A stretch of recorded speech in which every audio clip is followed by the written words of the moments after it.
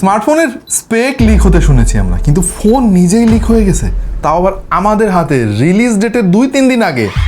কেমনে কি ভাইয়া? সো ওই যে অনেকে বলতেছে পোস্ট দিয়ে যে Bangladesh is not for beginners. আমাদের হাতে ফোন চলে এসেছে, ফ্ল্যাগশিপ ফোন স্যামসাংয়ের, কিন্তু রিলিজ এখনো হয় নাই, আগামীকাল হয়তো রিলিজ হবে। এনিওয়ে কয়েকটা ডিভাইস সম্ভবত লিক হয়েছে, এর মধ্যে আমাদের দেশেও বেশ কয়েকটা ডিভাইস হাতে হাতে চলে এসেছে, আমরাও তার মধ্যে একজন যাদের হাতে এসেছে এবং রিলিজ হওয়ার আগেই একটু পরীক্ষা নিরীক্ষা করার সুযোগ পেয়েছি। আসসালামু আলাইকুম প্রিয় দর্শক, আমার নাম ওয়াহিদ, দেখছেন চাইনা টুনা পার্স এবং আজকে আমরা দেখব Samsung Galaxy S26 ultra pass করলো নাকি ফেল করলো। Presenting Samsung Galaxy S26 ultra, Samsung এর সবচাইতে ক্ষমতাধর স্মার্টফোন। কিন্তু ক্ষমতা পরীক্ষা করতে গিয়ে আমরা শকিং কিছু রেজাল্ট পেয়েছি এবং দিস ইজ স্কেরি।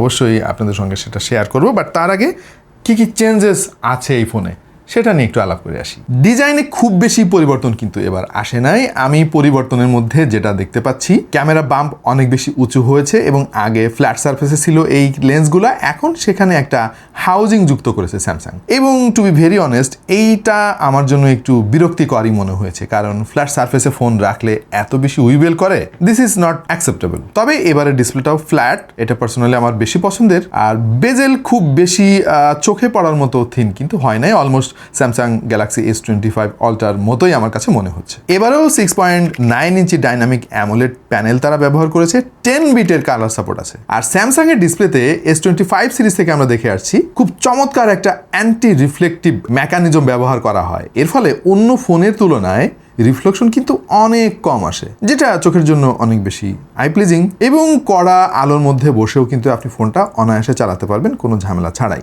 বাট সব কিছু ছাপিয়ে আমার পার্সোনালি যে ফিচারটা ভালো লেগেছে সবচাইতে বেশি, সেটা হলো প্রাইভেসি ডিসপ্লে।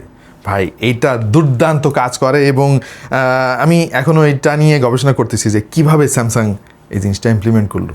একটু দেখায় চলেন, খেয়াল করে দেখেন ডিসপ্লে এখন স্ট্যান্ডার্ড মোডে আছে এবং যে কোনো অ্যাঙ্গেল থেকেই ঠিকঠাক মতো দেখা যাচ্ছে। বাট যখনই আমি প্রাইভেসি ডিসপ্লে ফিচার থেকে টার্ন অন প্রাইভেসি ডিসপ্লেতে ট্যাপ করলাম এবং ম্যাক্সিমাম প্রাইভেসি প্রোটেকশনটা টার্ন অন করলাম, এরপর যে কোনো অ্যাঙ্গেল থেকে আপনি চাইলেও আর কিছু দেখতে পারবেন না। This is outstanding. মানে এই জিনিসটার জন্য আগে আপনাকে একটা ডেডিকেটেড স্ক্রিন প্রোটেক্টর লাগাতে হতো এবং একবার লাগালে আপনি তো তখন মানে প্রতিদিন তো 2-3 বার করে খুলতে বা লাগাতে পারবেন না। দেখা যাচ্ছে আপনি চান না যে এখন প্রাইভেসি প্রোটেকশন অন থাকুক, তখন তো আপনি ওটা খুলে ফেলতে পারবেন না। বাট এখন আপনি চাইলে এটা অন এবং অফ করতে পারবেন যখন খুশি এবং এটা অনেক কাজে আসে। কিন্তু পাবলিক প্লেসে গেলে আপনি এটা অন করে রাখলেন, কেউ দেখলো না আপনি কি দেখতেছেন। আবার আপনি যখন ঘরে গেলেন, দুজন মিলে ফোন দেখতে হবে, মুভি দেখতে হবে বা কোনো কিছু দেখতে হবে, তখন আপনি অফ করে রাখলেন। তবে আমি যে জিনিসটা খেয়াল করেছি, এই ফিচারটা অন করে দিলে কিন্তু ডিসপ্লের কোয়ালিটি অনেক ডিগ্রেড করে। গ্যালারি থেকে ছবি দেখার সময় আপনি জিনিসটা খুব সহজে বুঝতে পারবেন, ছবিগুলো অনেক বেশি ফ্যাকাশে হয়ে যায়, ব্ল্যাক লেভেল অনেক কমে যায় এবং ডিসপ্লেটা তখন দেখতে খুবই সস্তা, কেমন জানি একটু গ্রেইশ টাইপের লাগে। বাট এই ফিচারটা তো তখনই আপনি ব্যবহার করবেন যখন আপনার আসলে প্রয়োজন হবে। আর স্যামসাং এর ডিসপ্লে নিয়ে আর কি বলবো ভাই, মানে this is one of the best display in the market right now. Even আইফোনের ডিসপ্লে কিন্তু স্যামসাংই বানায়। ক্যামেরাতে যে খুব বেশি পরিবর্তন এবার স্যামসাং এনেছে আমার কাছে সেটা মনে হয় নাই, যদিও ফাইনাল ভার্ডিক্ট দিতে আমাদের আরেকটু সময় লাগবে। তবে ইনিশিয়ালি আমরা বেশ কিছু ছবি তুলেছি, ইনডোরে, আউটডোরে, কন্ট্রোল লাইটিং এনভায়রনমেন্টে, সবকিছু মিলিয়ে আমাদের কাছে ফ্ল্যাগশিপ লেভেলেরই মনে হয়েছে। তবে ডাইনামিক রেঞ্জটা এইবার আরেকটু বেটার আমাদের কাছে মনে হলো compare to Samsung Galaxy S25 ultra. Ultra wide সেন্সরের কালারের সঙ্গে মেইন সেন্সরের কালারের কিন্তু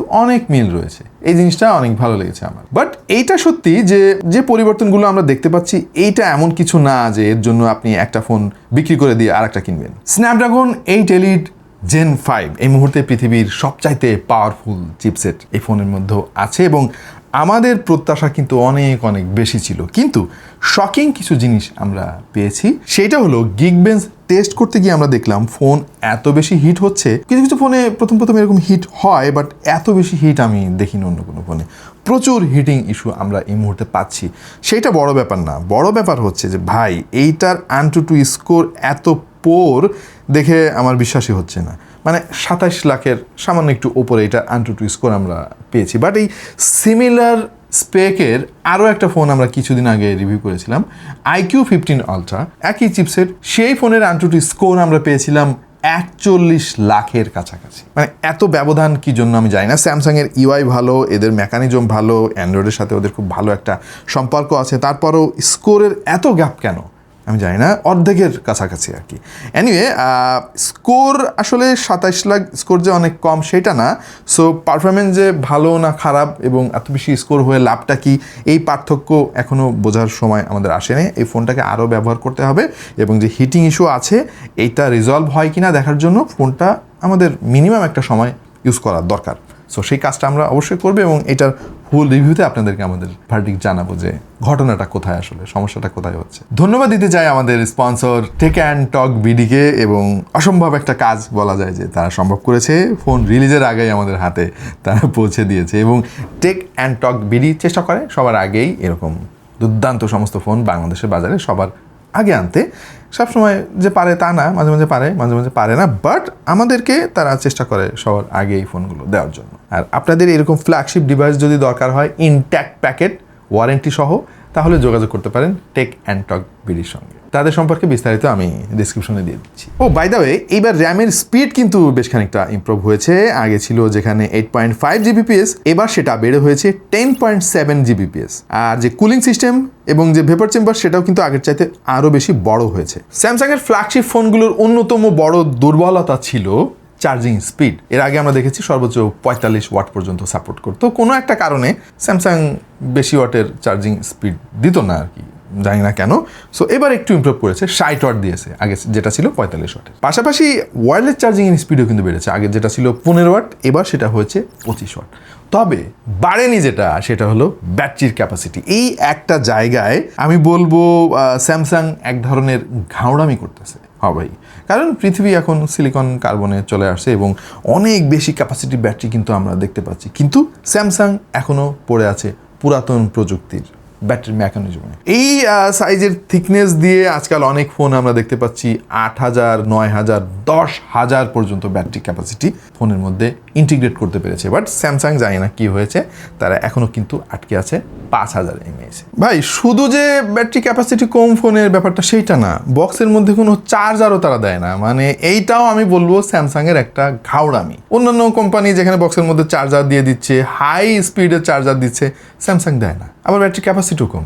এই সমস্যার একটা দারুণ সমাধান আমার কাছে আছে। আমার কাছে মাঝে মাঝে কী মনে হয় জানেন, স্যামসাং সম্ভবত কোনো পাওয়ার ব্যাংক বা চার্জার কোম্পানির সঙ্গে গোপন লেনদেন করে, হ্যাঁ, যাতে করে আপনি পাওয়ার ব্যাংক কেনেন এবং চার্জার অন্য কোম্পানির কাছ থেকে কেনেন। হ্যাঁ, সো তার সমাধান হচ্ছে ভালো একটা পাওয়ার ব্যাংক, এরকম সুন্দর ছোট্ট স্লিম, সঙ্গে আবার ওয়ারেন্টিও আছে অফিসিয়াল। এই ধরনের পাওয়ার ব্যাংক ব্যবহার করলে আপনার ব্যাটারি ক্যাপাসিটি যত কমই হোক না কেন কোনো সমস্যা নাই। আর যেহেতু ফোনের বক্সের মধ্যে চার্জার নয়, আপনাকে তো চার্জারও কিনতে হবে। কিউসিওয়ার এই 67 ওয়াটের জ্ঞান চার্জারটা দেখতে পারেন, এর সঙ্গে আবার 18 মাসের ওয়ারেন্টিও রয়েছে। ব্যাটারি ব্যাকআপ অবশ্য ভালো, এইটারে খারাপ বলার সুযোগ নাই, কারণ হচ্ছে এই ফোনের ইউআইটা খুবই স্মুথ এবং অপটিমাইজড। অ্যান্ড্রয়েড 16-এ এই ফোনটা বাজারে এসেছে এবং সেই সঙ্গে ব্যবহার করা হয়েছে One UI 8.5। One UI কিন্তু এই মুহূর্তে অনেকে বলেন যে সবচাইতে সেরা অ্যান্ড্রয়েড ইউআই এবং পার্সোনালি আমারও অনেক পছন্দের। বাট কিছু কিছু লিমিটেশনের কারণে স্যামসাংয়ের ফোনগুলো আমার ব্যবহার করা হয় না। এটাও বলতে পারেন যে স্যামসাংয়ের একটা ঘাউড়ামি, কিছু জিনিস তারা দেয় না। এর মধ্যে আমার সবচাইতে বেশি যে জিনিসটা লাগে সেটা হচ্ছে আইআর ব্লাস্টার, যেটা আমি শাওমির ফোনগুলোতে পাই। আইআর ব্লাস্টার আমার প্রচুর লাগে, প্রত্যেক দিনই লাগে। আরেকটা জিনিস হচ্ছে অ্যাপ ক্লোন করা যায় না, নির্দিষ্ট সংখ্যক কিছু অ্যাপ ক্লোন করার সুযোগ দেয় তারা। সোশ্যাল মিডিয়ার কিছু অ্যাপ ক্লোন করা যায়, অন্যান্য কোনো অ্যাপ আপনি চাইলে ক্লোন করতে পারবেন না। কিছু মানে বিকল্প ব্যবস্থা আছে, বাট ওইটা আমার কাছে কনভিনিয়েন্ট লাগে না, কারণ আমার প্রচুর অ্যাপ ক্লোন করতে হয়। আমার বাসায় প্রচুর আইওটি ডিভাইস, আমার বাসা স্টুডিও মিলিয়ে অনেক ডিভাইস, যেগুলো হ্যান্ডেল করার জন্য একটা অ্যাপে আমার জন্য অনেক ঝামেলা হয়ে যায়। সো অ্যাপ ক্লোন করাটা আমার জন্য খুব জরুরি হয়। এ কারণে প্রাইমারি ডিভাইস আমি কখনোই মানে অ্যাপ ক্লোন করা যায় না বা আইআর ব্লাস্টার নাই সেসব ফোন ইউজ করতে পারি না। এনিওয়ে, আমার ইচ্ছা যে স্যামসাংয়ের একটা ফোন আমি ইউজ করব। এবার মনে হয়েছে যে স্যামসাং মানে সর্বোচ্চটুকু ঢেলে দেওয়ার চেষ্টা করেছে। বাট কতটুকু পরিবর্তন হয়েছে স্যামসাং গ্যালাক্সি S25 আল্ট্রার সঙ্গে S26, এটার জন্য আমাদেরকে একটু ওয়েট করতে হবে। আরও কঠোরভাবে এবং আরও নিখুঁতভাবে আমরা পর্যবেক্ষণ করব, নোট ডাউন করব, ফাইনাল রিভিউতে আপনাদেরকে সব কিছু জানাবো। সো ফোনটা মাত্র একদিন হলো আমাদের হাতে এসেছে, বুঝতেই পারতেছেন যে আরও অনেক ব্যাপক পরীক্ষা নিরীক্ষা করা বাকি আছে। এরপরে আমরা আসলে ফাইনাল ভার্ডিক্ট দিতে পারবো।